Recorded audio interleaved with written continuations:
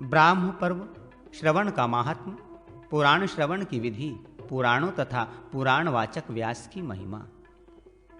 सुमंतु जी ने कहा, राजन, भविष्य पुराण के इस प्रथम ब्राह्म पर्व के सुनने से मानव संपूर्ण पापों से मुक्त हो जाता है तथा सहस्रों अश्वमेघ, वाजपेय एवं राजसूय यज्ञों, सभी तीर्थ यात्राओं, वेदाभ्यास तथा पृथ्वीदान करने का फल प्राप्त कर लेता है। इतिहास पुराण के श्रवण के अतिरिक्त ऐसा कोई साधन नहीं जो संपूर्ण पापों से मुक्त कर सके। पुराण श्रवण का जो फल बतलाया गया है वही फल पुराण के पाठ से भी होता है, इसमें कोई संदेह नहीं।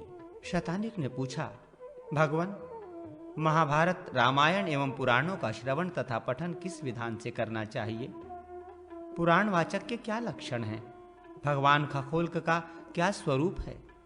वाचक की विधिवत पूजा करने से क्या फल होता है? पर्व की समाप्ति पर वाचकों को क्या देना चाहिए, इसे आप बताने की कृपा करें। सुमंतु जी बोले, राजन, आपने इतिहास पुराण के संबंध में अच्छी जिज्ञासा की है। महाबाहो, इस संबंध में पूर्व काल में देवगुरु बृहस्पति तथा ब्रह्मा जी के मध्य जो संवाद हुआ था उसे आप श्रवण करें। मानव विशेष भक्तिपूर्वक इतिहास और पुराण श्रवण कर ब्रह्म इत्यादि सभी पापों से मुक्त हो जाता है। पवित्र होकर प्रातः, सायं तथा रात्रि में जो पुराण का श्रवण करता है उस व्यक्ति से ब्रह्मा, विष्णु तथा महेश संतुष्ट हो जाते हैं। प्रातःकाल भगवान ब्रह्मा, सायंकाल विष्णु और रात्रि में महादेव प्रसन्न होते हैं। राजन, अब वाचक के विधान को सुनिए। पवित्र वस्त्र पहनकर शुद्ध होकर प्रदक्षिणा पूर्वक जब वाचक आसन पर बैठता है तो वो देव स्वरूप हो जाता है। आसन न बहुत ऊंचा हो न बहुत नीचा। वाचक के आसन की सदा वंदना की जानी चाहिए। वाचक के आसन को व्यासपीठ कहा जाता है। पीठ को गुरु का आसन समझना चाहिए। वाचक के आसन पर सुनने वाले को कभी भी नहीं बैठना चाहिए। देवताओं की अर्चना करके विशेष रूप से ब्राह्मण की पूजा करनी चाहिए। सभी समागत व्यक्तियों को साथ में लेकर पुराण ग्रंथ वाचक के लिए प्रदान करें।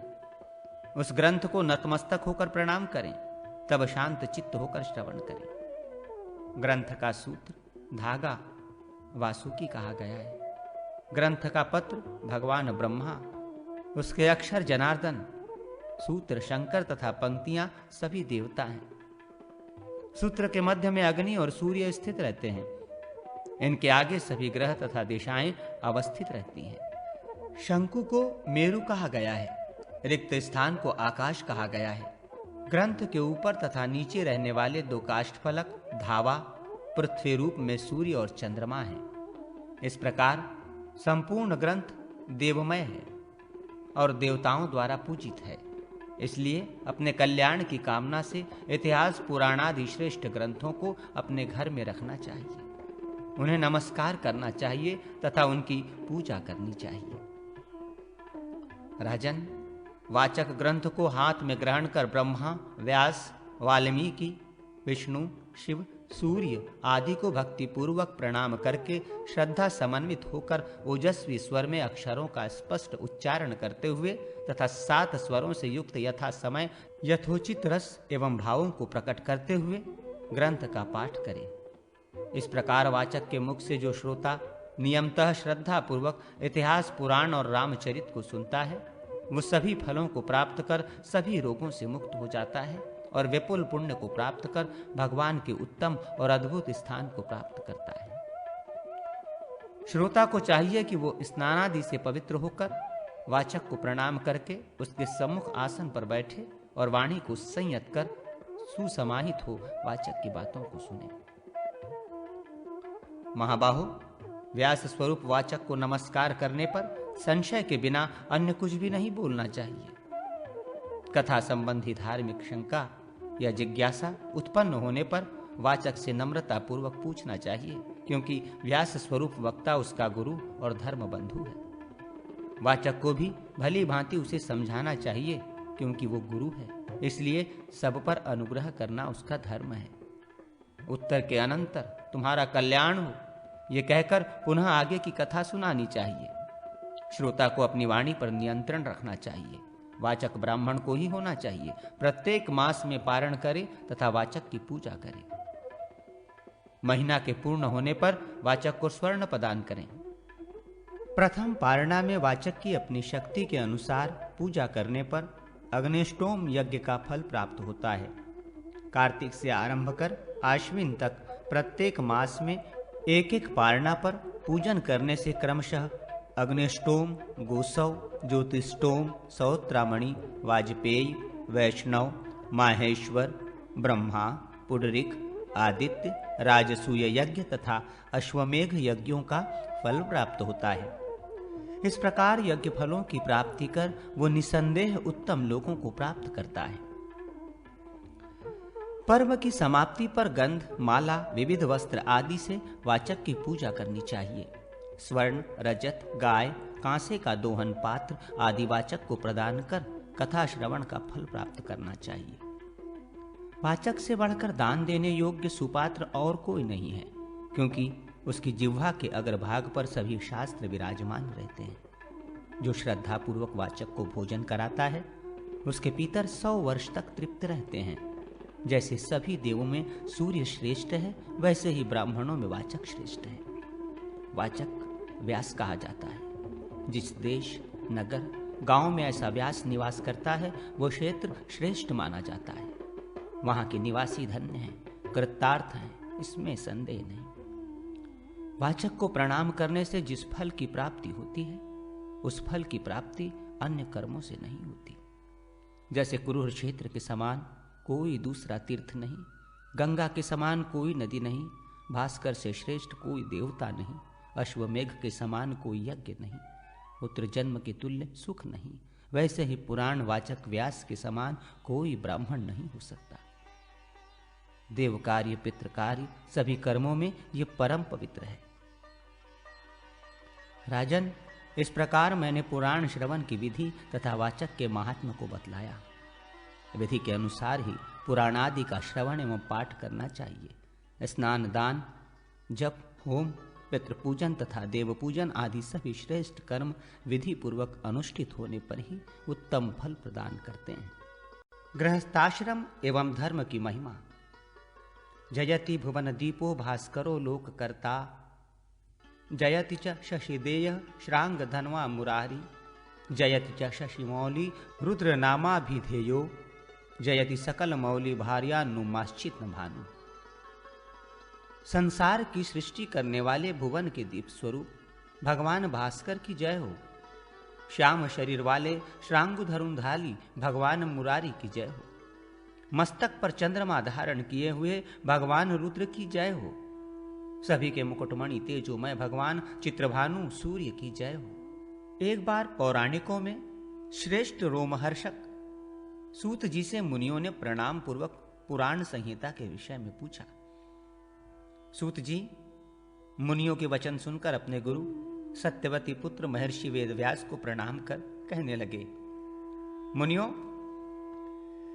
मैं जगत के कारण ब्रह्म स्वरूप को धारण करने वाले भगवान हरि को प्रणाम कर पाप का सर्वथा नाश करने वाली पुराण की दिव्य कथा सुनाता हूं, जिसके सुनने से सभी पाप कर्म नष्ट हो जाते हैं और परम गति प्राप्त होती है। द्विजगण, भगवान विष्णु के द्वारा कहा गया भविष्य पुराण अत्यंत पवित्र एवं आयुष्यप्रद है। अब मैं उसके मध्यम पर्व का वर्णन करता हूं, जिसमें देव प्रतिष्ठा आदि इष्टापूर्ति कर्मों का वर्णन है। उसे आप सुने। इस मध्यम पर्व में धर्म तथा ब्राह्मण आदि की प्रशंसा, आपधर्म का निरूपण, विद्या महात्म्य, प्रतिमा निर्माण, प्रतिमा स्थापना, प्रतिमा का लक्षण, काल व्यवस्था, सर्ग प्रतिसर्ग आदि पुराण का लक्षण, भूगोल का निर्णय, तिथियों का निरूपण, श्राद्ध, संकल्प, मनन्वंतर, मृत्युर्षु, मरणासन्न के कर्म, दान का महात्म्य, भूत, भविष्य, युग धर्मानुशासन, ऊंच नीच, निर्णय, प्रायश्चित आदि विषयों का भी समावेश है। मुनियों, तीनों आश्रमों का मूल एवं उपत्ति का स्थान गृहस्थाश्रम ही है। अन्य आश्रम इसी से जीवित रहते हैं, अतः गृहस्थाश्रम सबसे श्रेष्ठ है। गृहस्थ जीवन ही धर्मानुशासित जीवन है। धर्म रहित होने पर अर्थ और काम उसका परित्याग कर देते हैं। धर्म से ही अर्थ और काम उत्पन्न होते हैं।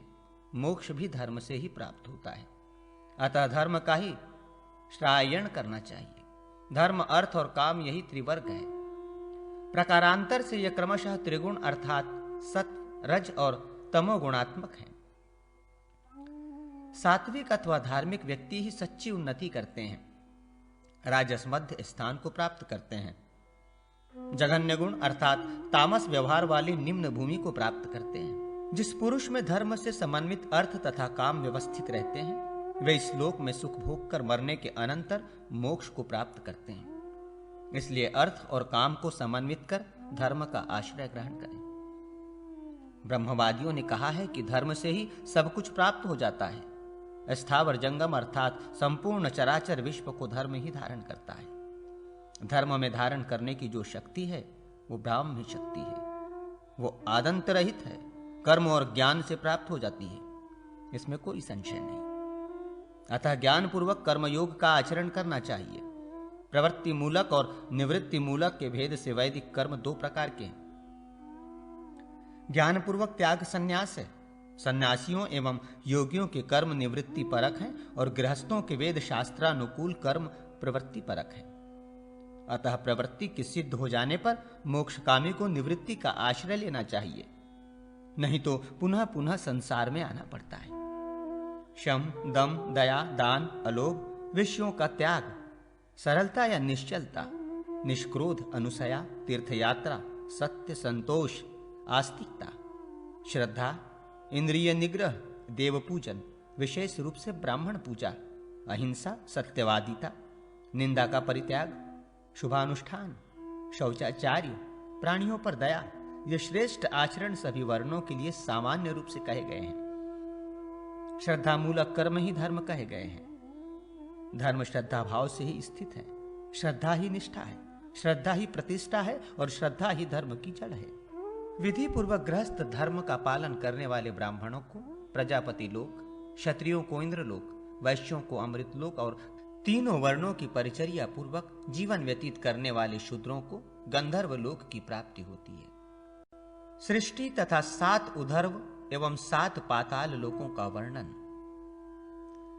श्री सूत जी बोले, मुनियों, अब मैं कल्प के अनुसार सैकड़ों मनवंतरों के अनुगत ईश्वर संबंधी कालचक्र का वर्णन करता हूं। सृष्टि के पूर्व ये सब परम अंधकार, निमग्न एवं सर्वथा अप्रतिज्ञात स्वरूप था। उस समय परम कारण व्यापक एकमात्र रुद्र ही अव्यवस्थित थे।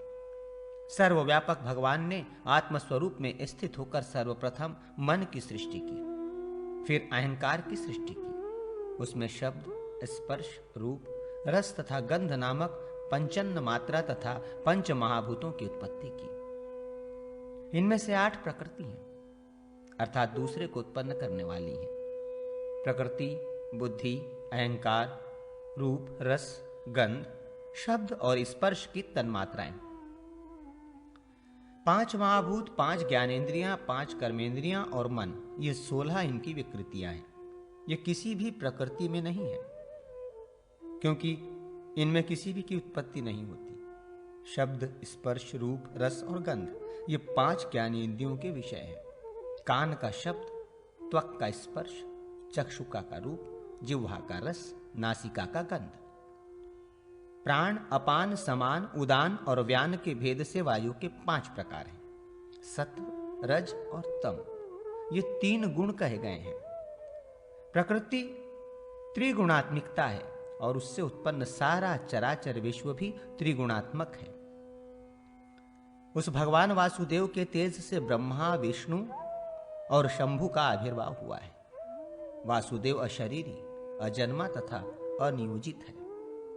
उनसे परे कुछ भी नहीं है। वे प्रत्येक कल्प में जगत और प्राणियों की सृष्टि एवं उपसंहार भी करते हैं। 72 युगों का एक मनवंतर और 14 मनवंतर का एक कल्प होता है। यह कल्प ब्रह्मा का एक दिन और रात है। भूलोक, भुवरलोक, स्वरलोक, जनलोक, तपोलोक, सत्यलोक और ब्रह्मलोक, ये 7 लोक कहे गए हैं। पाताल, वितल, अतल, तल, तलातल, सुतल और रसातल, ये 7 पाताल हैं। इनके आदि, मध्य और अंत में रुद्र रहते हैं। महेश्वर लीला के लिए संसार को उत्पन्न करते हैं और संहार भी करते हैं। ब्रह्म प्राप्ति की इच्छा करने वाले की उधर्व गति कही गई है। ऋषि सर्वदर्शी परमात्मा ने सर्वप्रथम प्रकृति की सृष्टि की है। उस प्रकृति से विष्णु के साथ ब्रह्मा उत्पन्न हुए, द्विजश्रेष्ठों। इसके बाद बुद्धि से नैमित्त की सृष्टि की। इस सृष्टि क्रम में स्वयंभू ब्रह्मा ने सर्वप्रथम ब्राह्मणों को उत्पन्न किया, अनंतर क्षत्रिय, वैश्य तथा शूद्र की सृष्टि की, पृथ्वी, अंतरिक्ष और दिशाओं की कल्पना की। लोकालोक, द्वीपों, नदियों, सागरों, तीर्थों, देवस्थानों, मेघगर्जनों, इंद्रधनुषों, उल्कापातों, केतुओं तथा विद्युत आदि को उत्पन्न किया। यथा समय ये सभी उसी ब्रह्म में लीन हो गए।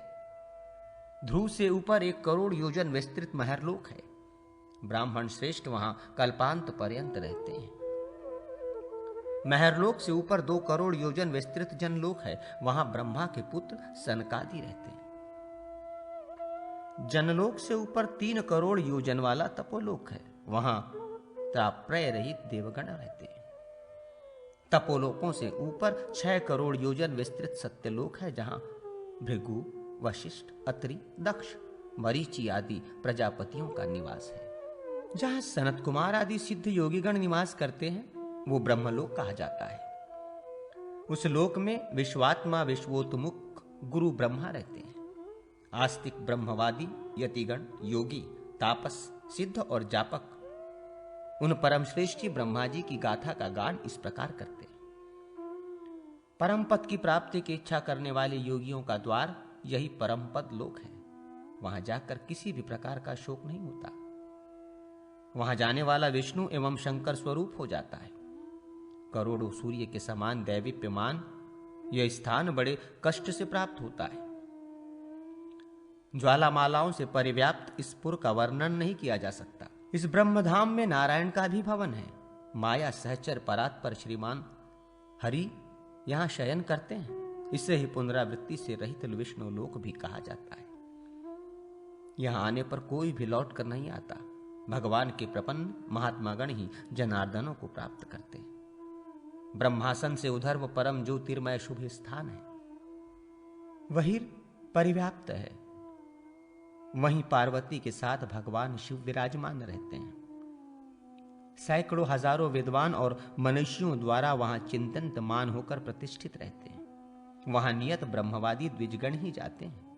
महादेव में सतत ध्यानरत तापस ब्रह्मवादी अहंता ममता के अभ्यास से रहित, काम क्रोध से शून्य, ब्रह्मत्व समन्वित ब्राह्मण ही उनको देख सकते हैं।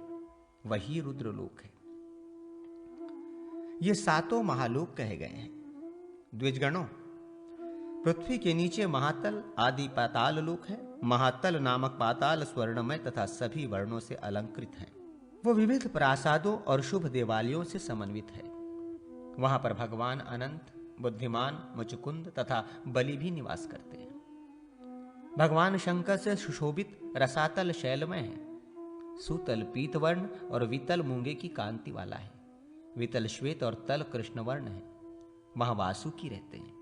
कालनेमी, वैनतेय, नमुची, शंकुकर्ण तथा विविध नाग भी यहां निवास करते हैं। इनके नीचे रौरव आदि अनेकों नरक हैं। उसमें पापियों को गिराया जाता है। पातालों के नीचे शेष नामक वैष्णवी शरीर है। वहां कालाग्नि रुद्र स्वरूप नरसिंह भगवान, लक्ष्मीपति भगवान विष्णु नाग रूपी अनंत के नाम से प्रसिद्ध है। भूगोल एवं ज्योतिष चक्र का वर्णन। श्री सुत जी बोले, मुनियों, अब मैं भुवरलोक का वर्णन करता हूं। भुवरलोक में जम्बू, प्लक्ष, शालमली, कुरुष, कौंच, शाक और पुष्कर नाम के 7 महाद्वीप हैं, जो 7 समुद्रों से आवृत हैं। एक द्वीप से दूसरे द्वीप क्रम क्रम से ठीक दूने दूने आकार एवं विस्तार वाले हैं, और एक सागर से दूसरे सागर भी दूने आकार के हैं। शिरोध, इक्षुरसोध, शारोद, धृतोद, दयोद, शीर्षलील तथा जलोद। ये 7 महासागर हैं। ये पृथ्वी 50 करोड़ योजन विस्तृत समुद्र से चारों ओर से घिरी हुई तथा 7 द्वीपों से समन्वित है। जम्बूद्वीप सभी द्वीपों के मध्य में सुशोभित हो रहा है। उसके मध्य में सोने की कांति वाला महामेरु पर्वत है। इसकी ऊंचाई 84,000 योजन है। ये महामेरु पर्वत नीचे की ओर 16,000 योजन पृथ्वी में प्रविष्ट है और ऊपरी भाग में इसका विस्तार 32,000 योजन है। नीचे तलहटी में इसका विस्तार 16,000 योजन है। इस प्रकार ये पर्वत पृथ्वी रूप कमल की कर्णिका कोश के समान है। इस मेरु पर्वत के दक्षिण में हिमवान, चिमकूट और निषद नामक पर्वत हैं। उत्तर में नील, श्वेत तथा श्रृंगी नामक वर्ष पर्वत है। मध्य में लक्ष्य योजन प्रमाण वाले 2 निषद और नील पर्वत हैं। उनसे दूसरे 10-10 हजार योजन कम है।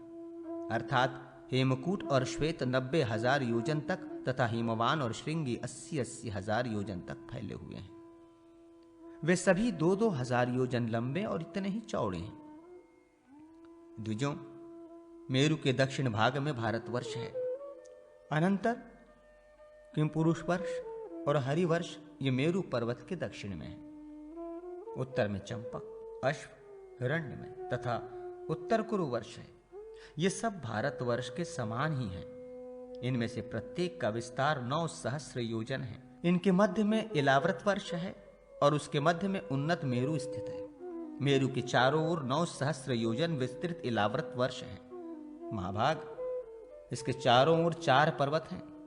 ये चारों पर्वत मेरु की कीलें हैं। ये 10 सहस्र योजन परिमाण में ऊंची है। इनमें से पूर्व में मंदर, दक्षिण में गंधमादन, पश्चिम में विपुल और उत्तर में सुपार्श्व है। इन पर कदम्ब, जम्बू, पीपल और वट वृक्ष हैं। महर्षिगण, जम्बूद्वीप नाम होने के कारण महाजम्बू वृक्ष भी यहाँ है। उसके फल महान गजराज के समान बड़े होते हैं। जब वे पर्वत पर गिरते हैं तो फटकर सब ओर फैल जाते हैं। उसी के रस से जम्बू नाम की प्रसिद्ध नदी वहां बहती है, जिसका जल वहां के रहने वाले पीते हैं। उस नदी के जल का पान करने से वहां के निवासियों को पसीना, दुर्गंध, बुढ़ापा और इंद्रिय क्षय नहीं होता। वहां के निवासी शुद्ध हृदय वाले होते हैं। उस नदी के किनारे की मिट्टी उस रस से मिलकर मंद मंद वायु के द्वारा सुखाए जाने पर जाम्बुनद नामक सुवर्ण बन जाती है, जो सिद्ध पुरुषों का भूषण है। मेरु के पास पूर्व में भद्राक्ष वर्ष और पश्चिम में केतुमाल वर्ष है। इन 2 वर्षों के मध्य में इलावत वर्ष है। विप्रश्रेष्ठों, मेरु के ऊपर ब्रह्मा का उत्तम स्थान है। उसके ऊपर इंद्र का स्थान है और उसके ऊपर शंकर का स्थान है। उसके ऊपर वैष्णव लोक तथा उसके ऊपर दुर्गालोक है। उसके ऊपर सुवर्णमय निराकार दिव्य ज्योतिर्मय स्थान है। उसके भी ऊपर भक्तों का स्थान है। वहां भगवान सूर्य रहते हैं। ये परमेश्वर भगवान सूर्य ज्योतिर्मय चक्र के मध्य में निश्चल रूप से स्थित है। ये मेरु के ऊपर राशि चक्र में भ्रमण करते हैं। भगवान सूर्य का रथ चक्र मेरु पर्वत की नाभि में रात दिन वायु के समान भ्रमण कराया जाता है। ध्रुव का आश्रय लेकर प्रतिष्ठित है। दिक्पाल आदि ग्रह वहां दक्षिण से उत्तर मार्ग की ओर प्रतिमास चलते रहते हैं। ह्रास वृद्धि के क्रम से रवि के द्वारा जब चांद्रमास लंघित होता है तब उसे मलमास कहा जाता है। सूर्य, सोम, बुध, चंद्र और शुक्र शीघ्रगामी ग्रह हैं। दक्षिणायन मार्ग से सूर्य गतिमान होने पर सभी ग्रहों के नीचे चलते हैं। विस्तीर्ण मंडल कर उसके ऊपर चंद्रमा गतिशील रहता है। संपूर्ण नक्षत्र मंडल सोम के ऊपर चलता है। नक्षत्रों के ऊपर बुध और बुध से ऊपर शुक्र, शुक्र से ऊपर मंगल और उससे भी ऊपर बृहस्पति तथा बृहस्पति से ऊपर शनि, शनि के ऊपर सप्तर्षि मंडल और सप्तर्षि मंडल के ऊपर ध्रुव स्थित है। ब्राह्मणों की महिमा तथा 26 दोषों का वर्णन। श्री सूत जी बोले, हे द्विजोत्तम, तीनों वर्णों में ब्राह्मण जन्म से प्रभु है। हव्य और कव्य सभी की रक्षा के लिए तपस्या के द्वारा ब्राह्मण की प्रथम सृष्टि की गई। देवगण इन्हीं के मुख से हव्य और पितृगण कव्य स्वीकार करते हैं, अतः इनसे श्रेष्ठ कौन हो सकता है। ब्राह्मण जन्म से ही श्रेष्ठ है और सभी से पूजनीय है, जिसके गर्भाधान आदि 48 संस्कार शास्त्र विधि से संपन्न होते हैं, वही सच्चा ब्राह्मण है। द्विज की पूजा कर देवगण स्वर्ग फल भोगने का लाभ प्राप्त करते हैं। अन्य मनुष्य भी ब्राह्मण की पूजा कर देवत्व को प्राप्त करते हैं। जिस पर ब्राह्मण प्रसन्न होते हैं उस पर भगवान विष्णु प्रसन्न हो जाते हैं। वेद भी ब्राह्मणों के मुख में सन्निहित रहते हैं। सभी विषयों का ज्ञान होने के कारण ब्राह्मण ही देवताओं की पूजा, पितृकार्य, यज्ञ, विवाह, बहिर्कार्य, शांति कर्म, स्वत्ययन आदि के संपादन में प्रशस्त है। ब्राह्मण के बिना देव कार्य, पितृकार्य और यज्ञ कर्मों में दान, होम और बलि ये सभी निष्फल होते हैं। ब्राह्मणों को देखकर श्रद्धापूर्वक अभिवादन करना चाहिए। उसके द्वारा कहे गए दीर्घायु भव शब्द से मनुष्य चिरंजीवी होता है। द्विजश्रेष्ठ, ब्राह्मण की पूजा से आयु, कीर्ति, विद्या और धन की वृद्धि होती है।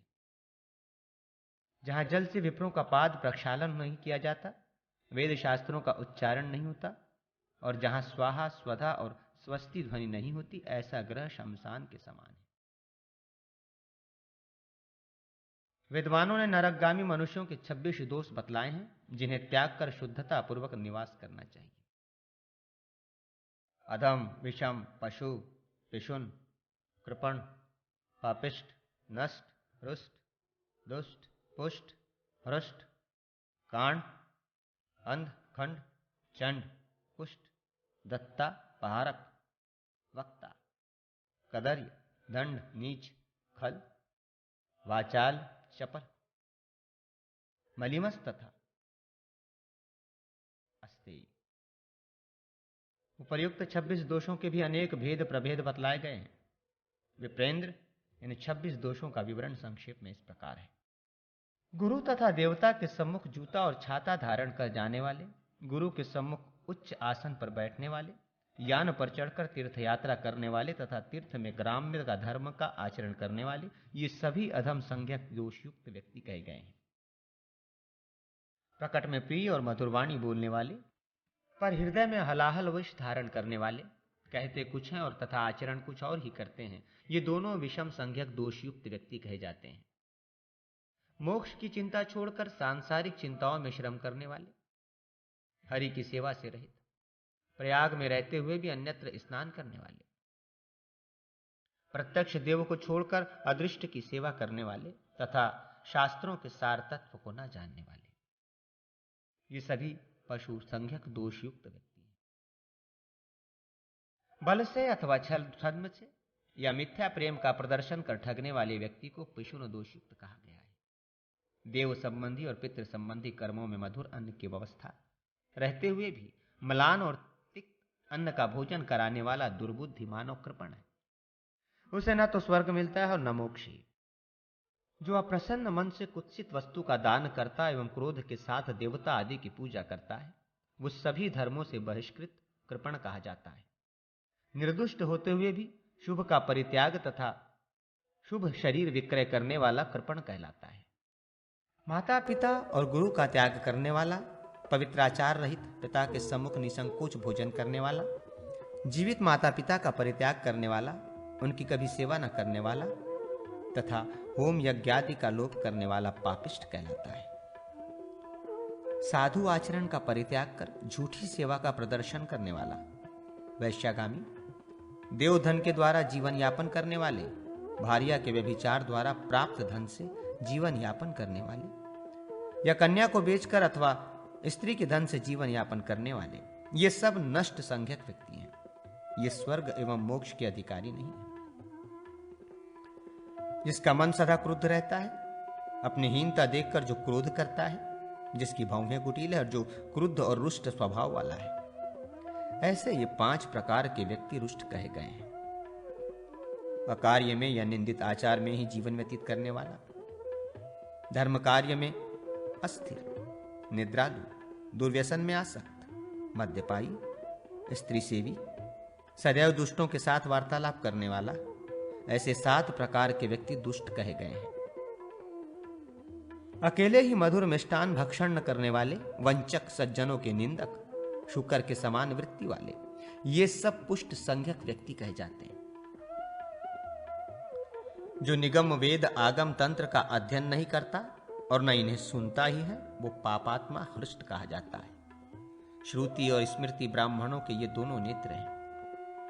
एक से रहित व्यक्ति काना और दोनों से हीन अंधा कहा जाता है। अपने सहोदर से विवाद करने वाला, माता पिता के लिए अप्रिय वचन बोलने वाला खंड कहा जाता है। शास्त्र की निंदा करने वाला, चुगलखोर, राजगामी, शूद्र सेवक, शूद्र की पत्नी से अनाचरण करने वाला, शूद्र के घर पर पके हुए अन्न को एक बार भी खा लेने वाला या शूद्र के घर पर 5-5 दिनों तक निवास करने वाला व्यक्ति चंड दोष वाला कहा जाता है। 8 प्रकार के कुष्ठों से समन्वित त्रिकुष्टि शास्त्र में निंदित व्यक्तियों के साथ वार्तालाप करने वाला अधम व्यक्ति कुछ दोषयुक्त कहा जाता है। कीट के समान भ्रमण करने वाला, कुत्सित दोष से युक्त व्यापार करने वाला दत्तापहारक कहा गया है। कुपंडित एवं अज्ञानी होते हुए भी धर्म का उपदेश देने वाला वक्ता है। गुरुजनों की वृत्ति को हरण करने की चेष्टा करने वाला तथा काशी निवासी व्यक्ति यदि बहुत दिन तक काशी को छोड़कर अन्यत्र निवास करता है, वो कदर्य, कंजूस है। मिथ्या क्रोध का प्रदर्शन करने वाला तथा राजा न होते हुए भी दंड विधान करने वाला व्यक्ति दंड उद्दंड कहा जाता है।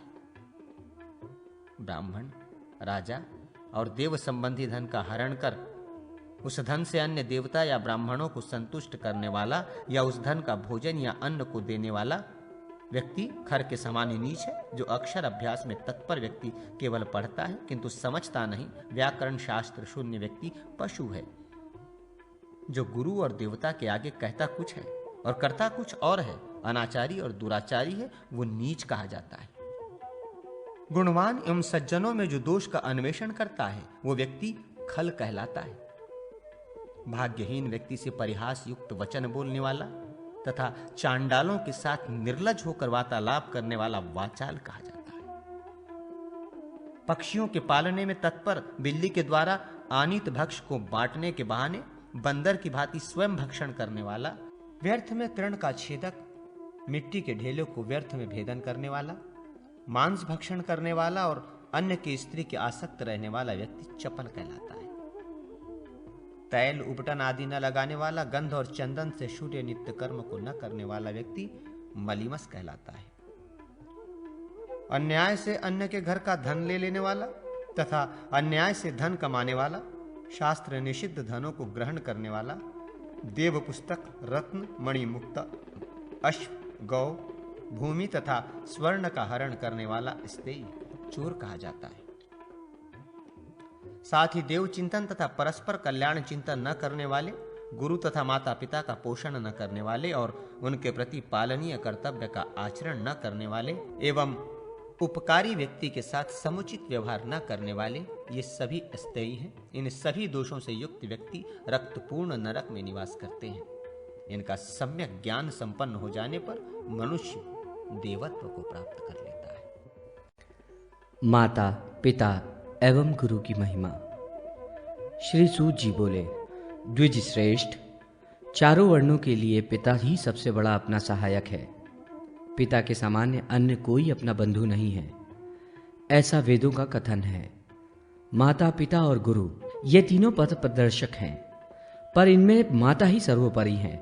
भाइयों में जो क्रमशः बड़े हैं, वे क्रम क्रम से ही विशेष आदर के पात्र हैं। इन्हें द्वादशी, अमावस्या तथा संक्रांति के दिन यथा रुचि मणि युक्त वस्त्र दक्षिणा के रूप में देने चाहिए। दक्षिणायन और उत्तरायण में विषुव, संक्रांति में तथा चंद्र सूर्य ग्रहण के समय यथाशक्ति इन्हें भोजन कराना चाहिए।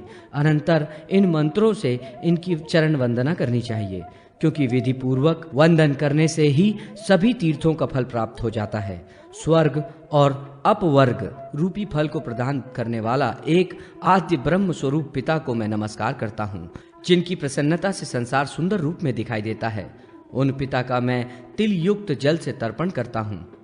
पिता ही जन्म देता है, पिता ही पालन करता है। पितृगण ब्रह्म स्वरूप है, उन्हें नित्य पुनः पुनः नमस्कार है। हे पिता, आपके अनुग्रह से लोक धर्म परिवर्तित होते हैं। आप साक्षात ब्रह्म रूप हैं, आपको नमस्कार है। जो अपने उदर रूपी विवर में रखकर स्वयं उसकी सभी प्रकार से रक्षा करती है, उन परा प्रकृति स्वरूपा जननी देवी को नमस्कार है। माता, आपने बड़े कष्ट से मुझे अपने उदर प्रवेश में धारण किया। आपके अनुग्रह से मुझे यह संसार देखने को मिला। आपको बार बार नमस्कार है। पृथ्वी पर जितने तीर्थ, सागर आदि हैं, उन सब की स्वरूप भूता आपको अपनी कल्याण प्राप्ति के लिए मैं नमस्कार करता हूँ।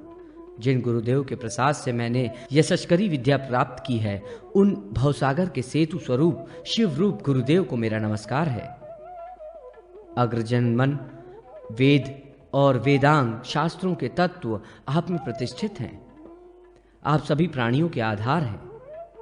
मेरा नमस्कार है। ब्राह्मण संपूर्ण संसार के चलते फिरते परम पावन तीर्थ स्वरूप है।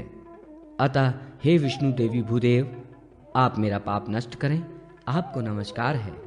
द्विजो, जैसे पिता श्रेष्ठ हैं, उसी प्रकार पिता के बड़े छोटे भाई और अपने बड़े भाई भी पिता के समान ही मान्य एवं पूज्य हैं। आचार्य ब्रह्मा की, पिता प्रजापिता की, माता पृथ्वी की और भाई अपनी ही मूर्ति है। पिता मेरु स्वरूप एवं विशिष्ट स्वरूप सनातन धर्म मूर्ति हैं। यही प्रत्यक्ष देवता हैं, अतः इनकी आज्ञा का पालन करना चाहिए। इसी प्रकार पितामह एवं पितामही के भी पूजन, वंदन, रक्षण, पालन और सेवन की अत्यंत महिमा है। इनकी सेवा के पुण्यों की तुलना में कोई भी नहीं है, क्योंकि ये माता पिता के भी परम पूज्य हैं। पुराण श्रवण की विधि तथा पुराण वाचक की महिमा। श्री सूत जी बोले, ब्राह्मणों, पूर्व काल में महातेजस्वी ब्रह्मा जी ने पुराण श्रवण की जिस विधि को मुझसे कहा था, उसे मैं आपको सुना रहा हूं, आप सुने।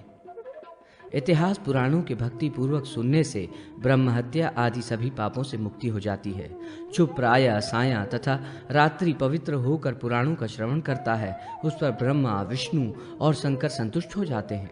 प्रातः काल इसे पढ़ने और सुनने वाले से ब्रह्मा जी प्रसन्न होते हैं तथा सायंकाल भगवान विष्णु और रात काल में भगवान शंकर संतुष्ट होते हैं। पुराण श्रवण करने वाले को शुक्ल वस्त्र धारण कर कृष्ण मृगचर्म तथा कुश के आसन पर बैठना चाहिए। आसन न अधिक ऊंचा हो और न अधिक नीचा।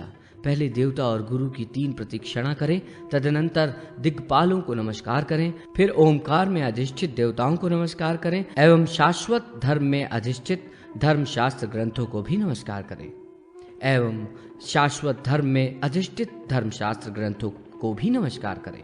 श्रोता का मुख दक्षिण दिशा और वाचक का मुख उत्तर की ओर हो। पुराण और महाभारत कथा की यही विधि कही गई है। हरिवंश, रामायण, धर्मशास्त्र के श्रवण की इसकी विपरीत विधि कही गई है। अतः निर्दिष्ट विधि से सुनना या पढ़ना चाहिए। देवालय तथा तीर्थों में इतिहास पुराण के वाचन के समय सर्वप्रथम उस स्थान और उस तीर्थ के महात्म का वर्णन करना चाहिए, अनंतर पुराण आदि का वाचन करना चाहिए। महात्म के श्रवण से गोदान का फल मिलता है। गुरु जी की आज्ञा से माता पिता का अभिवादन करना चाहिए। ये वेद के समान सर्वधर्ममय है तथा सर्वज्ञानमय है। अतः द्विज श्रेष्ठ, माता पिता की सेवा से ब्रह्म की प्राप्ति होती है। पुराण आदि पुस्तकों का हरण करने वाला नरक को प्राप्त होता है। वेदादि ग्रंथों तथा तांत्रिक मंत्रों को स्वयं लिखकर उनका वाचन न करें। वाचकों को चाहिए कि वेद मंत्रों का विपरीत अर्थ न बतलाएं और न वेद मंत्रों का अशुद्ध पाठ करें, क्योंकि ये दोनों ही अत्यंत पवित्र हैं। ऐसा करने पर उन्हें पाववाणी ऋचाओं का 100 बार जप करना चाहिए। पुराण आदि के प्रारंभ, मध्य और अवसान में तथा मंत्र में प्रणव का उच्चारण करना चाहिए। देव निर्मित पुस्तक को त्रिवेद स्वरूप समझकर गंध पुष्पादि से उसकी पूजा करनी चाहिए। ग्रंथ के बांधने वाले सूत्र को नागराज वासुकी का स्वरूप समझना चाहिए। इनका सम्मान न करने पर दोष होता है, अतः उसका कभी भी परित्याग नहीं करना चाहिए। ग्रंथ के पत्रों को भगवान ब्रह्मा, अक्षरों को जनार्दन, अक्षरों में लगी मात्राओं को अपव्यय, प्रकृति लिपि को महेश तथा लिपि की मात्राओं को सरस्वती समझना चाहिए। पुराण वाचक को चाहिए कि पुराण संहिताओं में परिगणित सभी व्यास, जैमिनी आदि महर्षियों तथा शंकर, विष्णु आदि देवताओं आदि मध्य और अवसान में नमस्कार करें। इनका स्मरण कर धर्मशास्त्रार्थ वेत्ता विप्र को पुराण आदि का एकाग्रचित हो पाठ करना चाहिए। वाचक को स्पष्ट अक्षरों में उच्चारण करते हुए सुंदर ध्वनि में सभी प्रकरणों के तात्विक अर्थों को स्पष्ट बतलाना चाहिए। पुराण आदि धर्म संहिता के श्रवण से ब्राह्मण, क्षत्रिय, वैश्य और शूद्र विशेषतः अश्वमेध यज्ञ का फल प्राप्त करते हैं एवं सभी कामनाओं को भी प्राप्त कर लेते हैं तथा सभी पापों से मुक्त होकर बहुत से पुण्यों की प्राप्ति कर लेते हैं। जो वाचक सदा संपूर्ण ग्रंथ के अर्थ का एवं तात्पर्य को सम्यक रूप से जानता है वही उपदेश करने की योग्य है और वही विप्र व्यास कहा जाता है। ऐसे वाचक विप्र जिस नगर या ग्राम में रहते हैं वो पूर्ण क्षेत्र कहा जाता है। वहां का निवासी धन्य एवं सफल आत्मा है, कृतार्थ है एवं उनके समस्त मनोरथ पूर्ण हो जाते हैं। जैसे सूर्य रहित दिन, चंद्र रहित रात्रि, बालकों से शून्य ग्रह तथा सूर्य के बिना ग्रहों की शोभा नहीं होती, वैसे ही व्यास से रहित सभा की भी शोभा नहीं होती।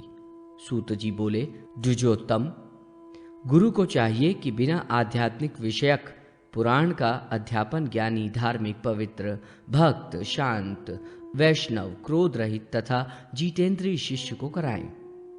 अन्याय से धनार्जन करने वाले, निर्भय, दाम्भिक, द्वेषी, निरर्थक और मंथर गति वाले एवं सेवा रहित यज्ञ न करने वाले, पुरुषत्वहीन, कठोर, क्रुद्ध, कृपण, व्यसनी तथा निंदक शिष्य को दूर से ही परित्याग कर देना चाहिए। पुत्र, पौत्र आदि के अतिरिक्त नम्र व्यक्ति को भी विद्या देनी चाहिए। विद्या अपने साथ लेकर मर जाना अच्छा है, किंतु अनाधिकारी व्यक्ति को विद्या नहीं देनी चाहिए। विद्या कहती है कि मुझे भक्तिहीन, दुर्जन तथा दुष्टात्मा व्यक्ति को प्रदान मत करो।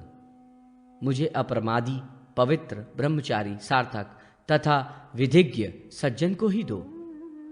यदि निषिद्ध व्यक्ति को श्रेष्ठ विद्याधन दिया जाता है तो दाता और ग्रहणकर्ता इन दोनों में से एक स्वल्प समय में ही यमपुरी चला जाता है।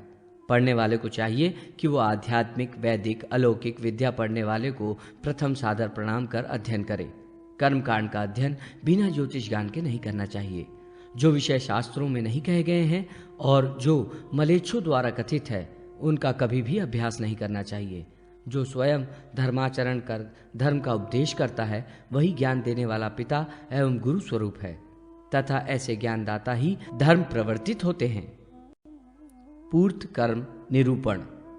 सूत जी ने कहा, ब्राह्मणों, युगांतर में ब्रह्मा ने जिस अंतर्वेदी और बहिर्वेदी की बात बतलाई है वो द्वापर और कलयुग के लिए अत्यंत उत्तम मानी गई है। जो कर्म ज्ञान साध्य है उसे अंतर्वेदी कर्म कहते हैं। देवता की स्थापना और पूजा बहिर्वेदी कर्म है। वो बहिर्वेदी कर्म दो प्रकार का है, कुआं, पोखरा, तालाब आदि खुदवाना और ब्राह्मणों को संतुष्ट करना तथा गुरुजनों की सेवा करना। निष्काम भाव पूर्वक किए गए कर्म तथा व्यसन पूर्वक किया गया हरि स्मरण आदि श्रेष्ठ कर्म अंतर्वेदी कर्मों के अंतर्गत आते हैं। इनके अतिरिक्त अन्य कर्म बहिर्वेदी कर्म कहलाते हैं। धर्म का कारण राजा होता है, इसलिए राजा को धर्म का पालन करना चाहिए और राजा का आश्रय लेकर प्रजा को भी बहिर्वेदी कर्मों का पालन करना चाहिए।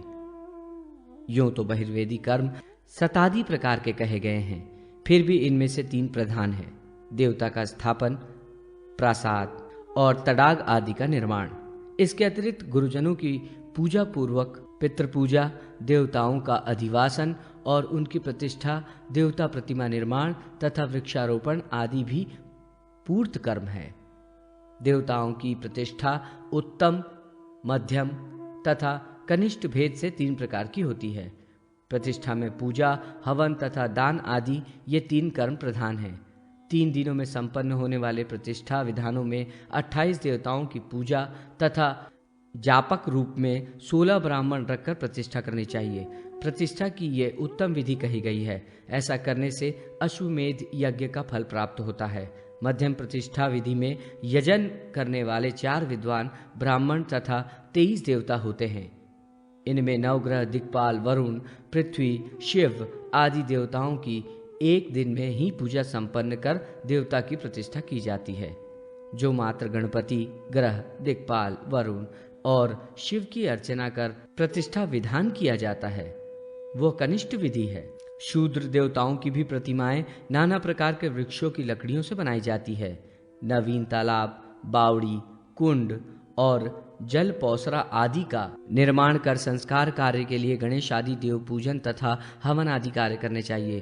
तदनंतर उसमें वापी, पुष्करणी आदि का पवित्र जल तथा गंगा जल डालना चाहिए। 61 हाथ का प्रसाद उत्तम तथा इससे आधे प्रमाण का मध्यम और इसके आधे प्रमाण से निर्मित प्रसाद कनिष्ठ माना जाता है। ऐश्वर्य की इच्छा पूरा करने वाले को देवताओं की प्रतिमा के मान से प्रसाद का निर्माण करना चाहिए।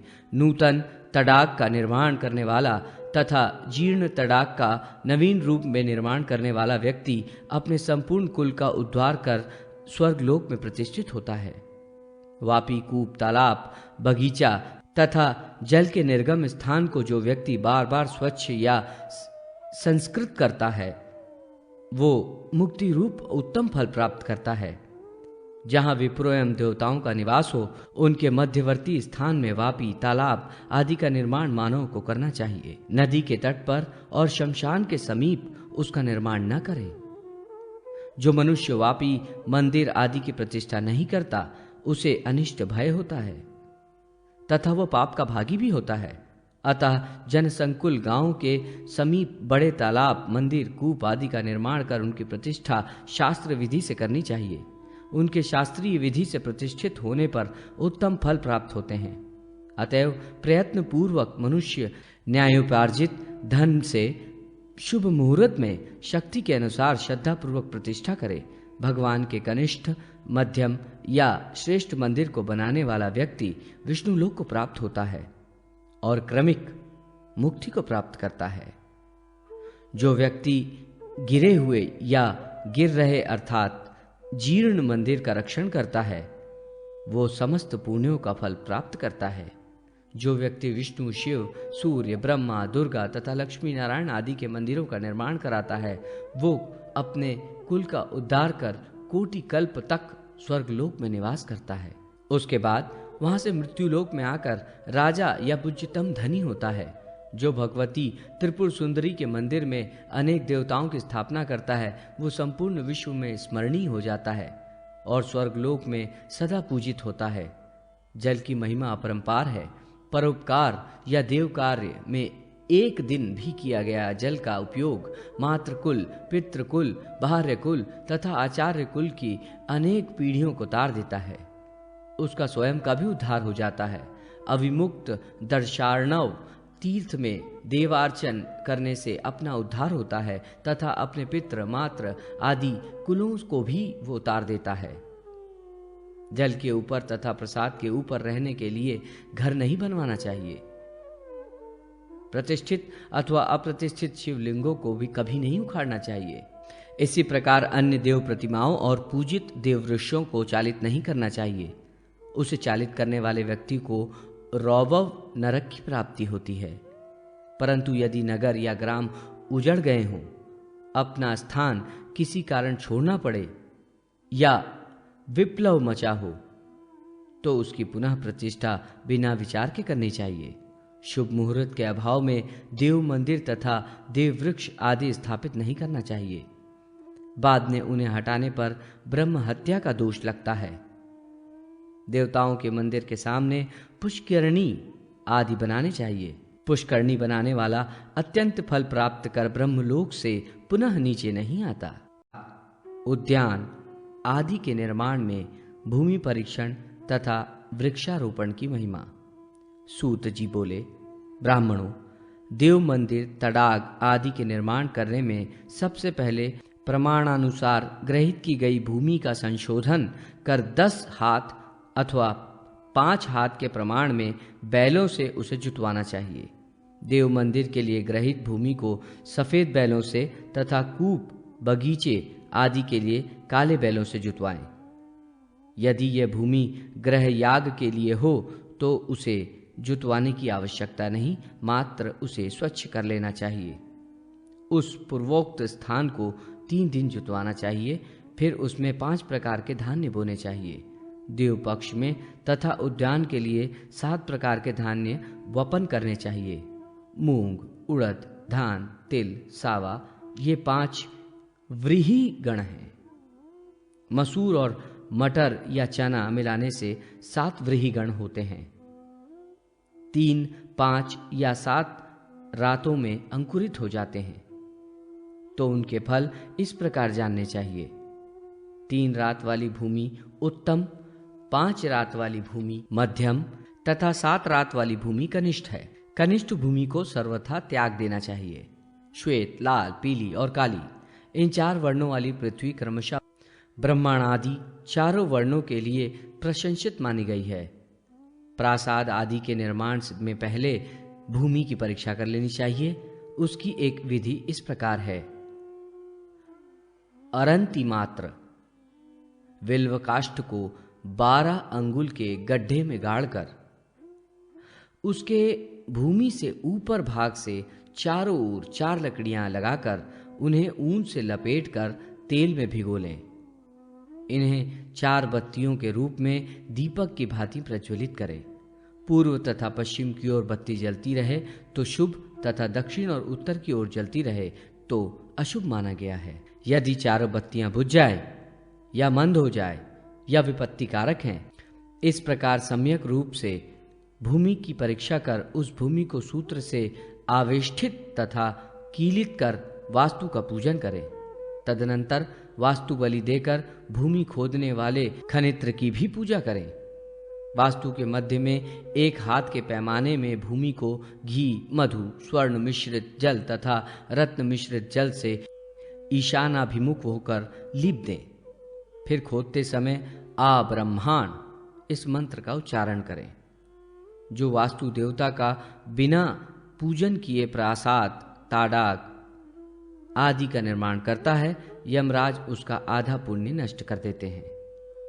अतः प्रासाद, आराम, उद्यान, महाकूप, गृह निर्माण में पहले वास्तु देवता का विधि पूर्वक पूजन करना चाहिए। जहां स्तंभ की आवश्यकता हो वहां साल, खैर, पलास, केसर, बैल तथा बकुल इन वृक्षों से निर्मित यूप कलयुग में प्रशस्त माने गए हैं। यदि वापी कूप आदि का विधिहीन खनन एवं आम्र आदि वृक्षों का विधिहीन रोपण करें तो उसे कुछ भी फल प्राप्त नहीं होता, अपितु केवल अधोगति ही मिलती है। नदी के किनारे श्मशान तथा अपने घर से दक्षिण की ओर तुलसी वृक्ष का रोपण न करें, अन्यथा यम यातना भोगनी पड़ती है। विधि पूर्वक वृक्षों का रोपण करने से उसके पत्र, पुष्प तथा फल के रज रेणुओं आदि का समागम उसके पितरों को प्रतिदिन तृप्त करता है। जो व्यक्ति छाया, फूल और फल देने वाले वृक्षों का रोपण करता है या मार्ग में तथा देवालय में वृक्षों को लगाता है, वो अपने पितरों को बड़े बड़े पापों से तारता है और रोपण करता इस मनुष्य लोक में महती कीर्ति तथा शुभ परिणाम को प्राप्त करता है तथा अतीत और अनागत पितरों को स्वर्ग में जाकर भी तारता ही रहता है। अतः द्विजगण, वृक्ष लगाना अत्यंत शुभदायक है। जिसको पुत्र नहीं है उसके लिए वृक्ष ही पुत्र है। वृक्षारोपणकर्ता के लौकिक पारलौकिक कर्म वृक्ष ही करते रहते हैं तथा स्वर्ग प्रदान करते हैं। यदि कोई अश्वत्थ तत्व वृक्ष का आरोपण करता है तो वही उसके लिए 1,00,000 पुत्रों से भी बढ़कर है। अतएव अपनी सद्गति के लिए कम से कम 1 या 2 या 3 अश्वत्थ वृक्ष लगाना ही चाहिए। 1000 लाख करोड़ जो भी मुक्ति के साधन हैं, उनमें 1 अश्वत्थ वृक्ष लगाने की बराबरी नहीं कर सकते। अशोक वृक्ष लगाने से कभी भी शोक नहीं होता। पलक्ष वृक्ष उत्तम स्त्री प्रदान करवाता है, ज्ञान रूपी फल भी देता है। विल्व वृक्ष दीर्घ आयुष्य प्रदान करता है। जामुन का वृक्ष धन देता है। तेंदू का वृक्ष कुल वृद्धि करवाता है। दाडिम अनार का वृक्ष स्त्री सुख प्राप्त करवाता है। वकुल पापनाशक, वंजुल बल बुद्धिप्रद है, घात की स्वर्ग प्रदान करता है। वट वृक्ष मोक्षप्रद है। आम्र वृक्ष अभिष्ट कामनाप्रद और गुवाक का वृक्ष सिद्धिप्रद है। बलवक, मधुक, महुआ, अथवा अर्जुन वृक्ष सब प्रकार का अन्न प्रदान करता है। कदम्ब वृक्ष से विपुल लक्ष्मी की प्राप्ति होती है। तिदिंडी इमली का वृक्ष धर्म दूषक माना गया है। शमी वृक्ष रोगनाशक है। केसर से शत्रुओं का विनाश होता है। श्वेत वट धन प्रदाता। पनस कटहल वृक्ष मंद बुद्धिकारक है।